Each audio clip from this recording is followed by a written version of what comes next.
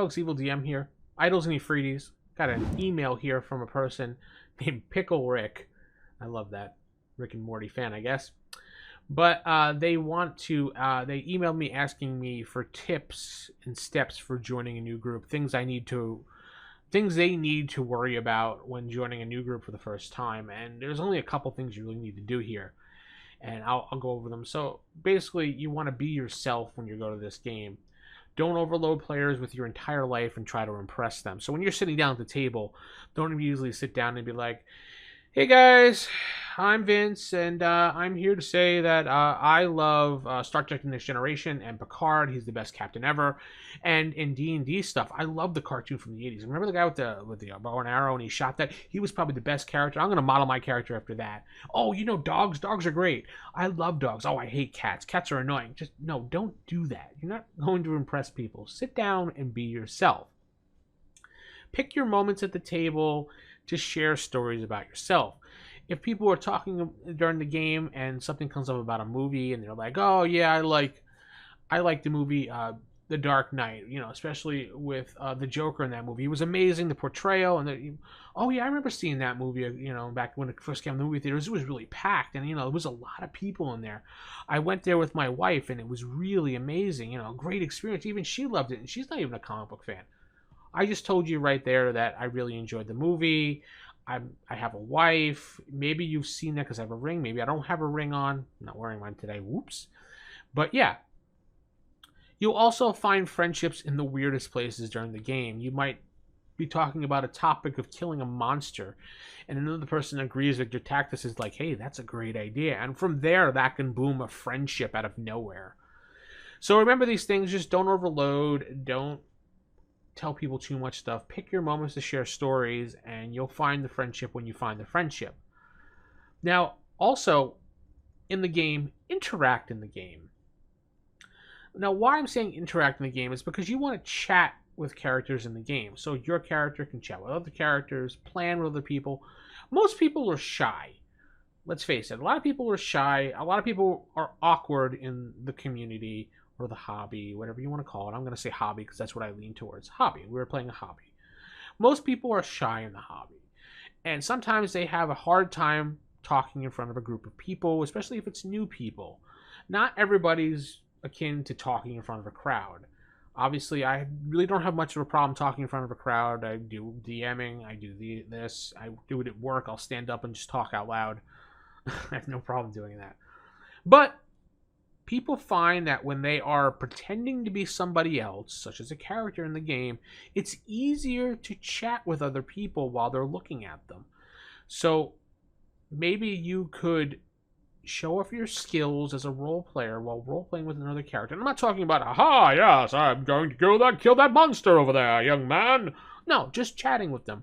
Oh yeah, so the character is a paladin. John. Yes, Paladin John. Come over here and help me out. This monster I found over here. I need you to... This guy at the bar, blah, blah, blah. Things like that. Just interact and show that your character is more than words to paper. And more than words on the paper. It could lead to an out-of-game connection because another player could be like, hey, man, that was awesome role-playing. I really enjoyed you today. I want you to come back again. I hope you continue to come back. My name is Tim. My name is Steve. Whatever. My name is Beth. Doesn't really matter. You can form a friendship just based off of role-playing inside of a game. Also, you're going to want to chat with the NPCs, so you want to make a connection with the DM. And that kind of shows the DM that you care about the game, you care about the effort he put forth with the NPCs, and you don't just blow them off like I tend to do in some Star Wars game called, The Resistance or Fall of the Order. And I always annoy my DM all the time with that, or I should say GM of Star Wars, because while my whole group does it, he'll introduce some NPCs and we'll just be like, yeah, go the other way. So it always happens in every game. We all have our fun with that. But yeah, you want to definitely take the time to talk to those NPCs and show how much you care.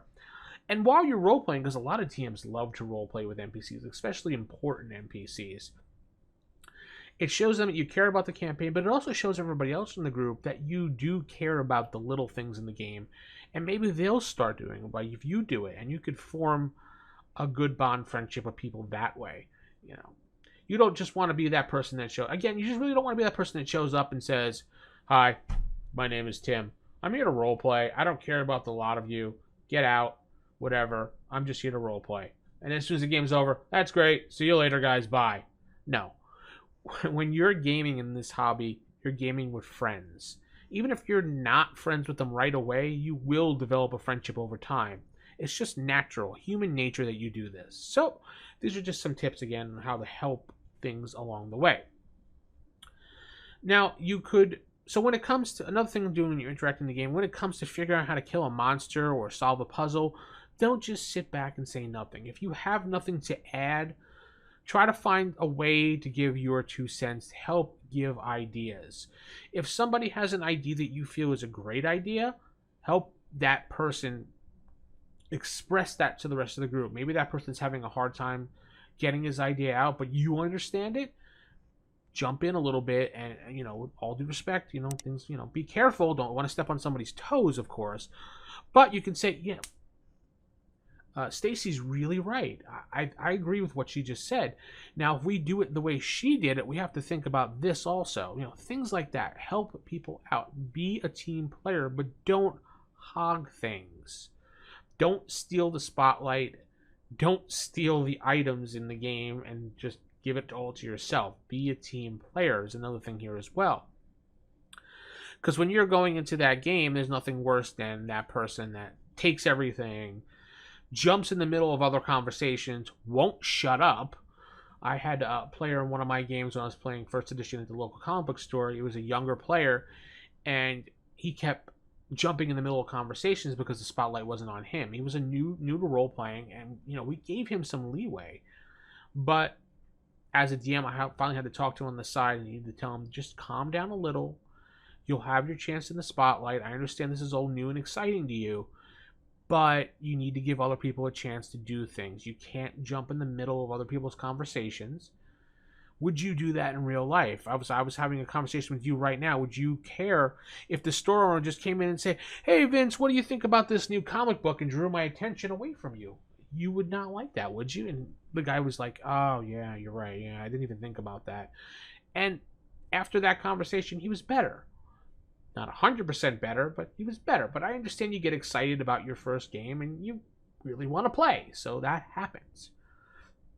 Finally, the last thing to do about joining a game is pay attention and do your homework. Now, when I say pay attention, don't be sitting there with your phone and be like, "Oh, yeah."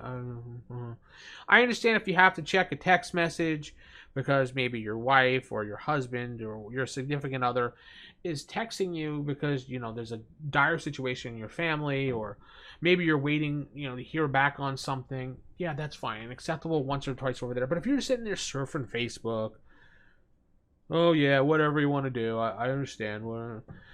No, that doesn't work. Pay attention. It shows that you're having fun. It shows that you are invested in the campaign. If you don't like the campaign and you're doing that because you're just friggin' bored, fake it until the end of the session and tell the DM, "Listen, I didn't really have fun. I'm not trying to insult you. This just really isn't for me. I'm going to bail." I'd rather have a person say that than sit there on their phone flipping through it like this or that, because that drives me up the wall. I can't tell you how much it drives me up the wall. But yeah, I know people can't help it. They have to do this. They have to do this. We're born to do this, apparently, now. So, and if you're playing AD&D, because these videos are about AD&D, first edition, make sure you have the books, whether it be on PDF, print out, or buying the actual book. Make sure you have the book and you've read the rules. You don't have to be an expert. You just have to know the basics. Just to have the basics and the rolling mechanic down and how character classes work and how combat kind of works. Obviously, every DM has their house rules, so it's going to be a little more confusing, especially if you're new. But people generally in the hobby are very willing to show and help new people out. If you have a question and you don't understand something, you can always ask the person next to you. Generally, most people will be like, "Oh, yeah, this is how you do it. You roll this." Or, no, you do that. You're doing, okay. But if you show up not prepared and not caring and muttering things like, "Oh, I don't like 1E. I'm not sure even why I'm here. We should change to 5E. That's a better system. Or we should change to 3E. Or we should change to Dragon Age. That's such a better game. I don't know why." That is just annoying, and don't even bother showing up if you're going to have that attitude. So those are some tips for joining a new group. And you can always get bonus points also when joining a new group if you bring snacks for people. Like, I've seen people who join the new group, they'll bring like pretzels and drinks for everybody because they want to make a good impression. Good first impression is always good. But that always isn't the best answer. But it's a good answer. Some people like snacks, they like drinks, things like that.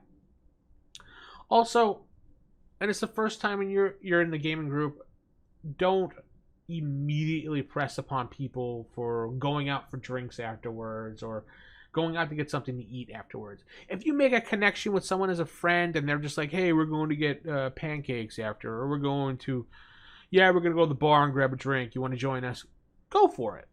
But I wouldn't, as a new person in a new group, immediately jump to, "Hey guys, what are you doing after the game? Want to go see a movie? Want to go have dinner or something like that?" Generally, a lot of people have busy lives, and if they don't know you, they may not want to know you yet.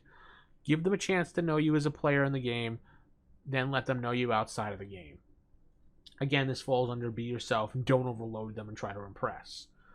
These are some tips, hopefully, that will help you, Pickle Rick, during the game when you're going for a new group. Pickle Rick makes me laugh every time. Anyway, hope that helped. Keep it original, keep it old school, and don't forget to like, comment, and subscribe. Good night, everybody.